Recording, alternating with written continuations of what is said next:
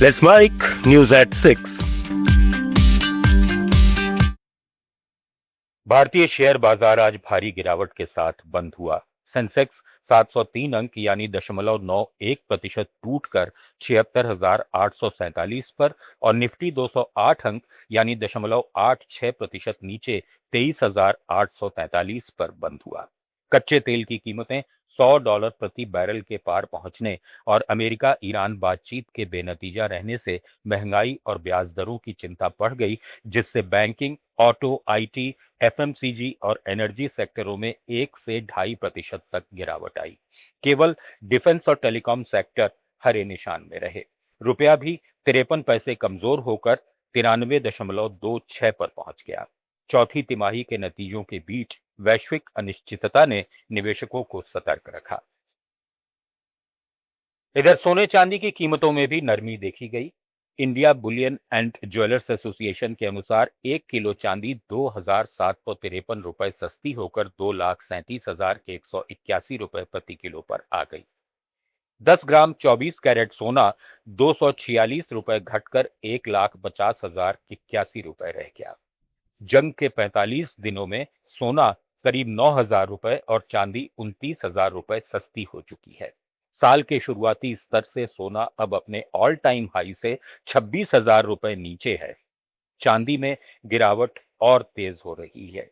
ये जनवरी के पीक 3,86,000 से अब 2,37,000 रुपए तक आ पहुंची है।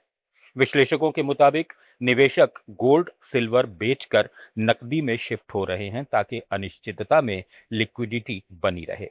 प्रॉफिट बुकिंग और अमेरिकी फेड की सख्त ब्याज दर नीति ने भी कीमती धातुओं की चमक फीकी कर दी है। तमिलनाडु में चुनावी रैलियों ने अनौपचारिक अर्थव्यवस्था को नया आमदनी स्रोत दिया है। दैनिक मजदूरों, खासकर महिलाओं और असंगठित क्षेत्र के कामगारों के लिए ये रैलियां अब स्थिर कमाई का जरिया बन गई हैं। तिरुचि, पुडुकोट्टई और आसपास के इलाकों में घरेलू कामगारों और छोटे विक्रेताओं को प्रति रैली 150 से 300 रुपए मिल रहे हैं।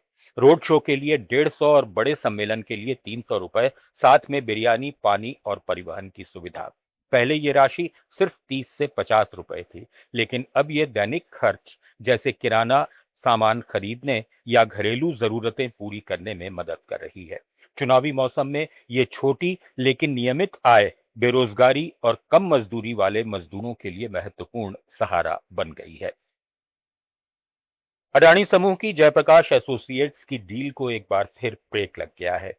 वेदांता की याचिका पर सुनवाई करने वाली national company law appellate tribunal की पीठ में बदलाव के कारण आज सुनवाई टाल दी गई।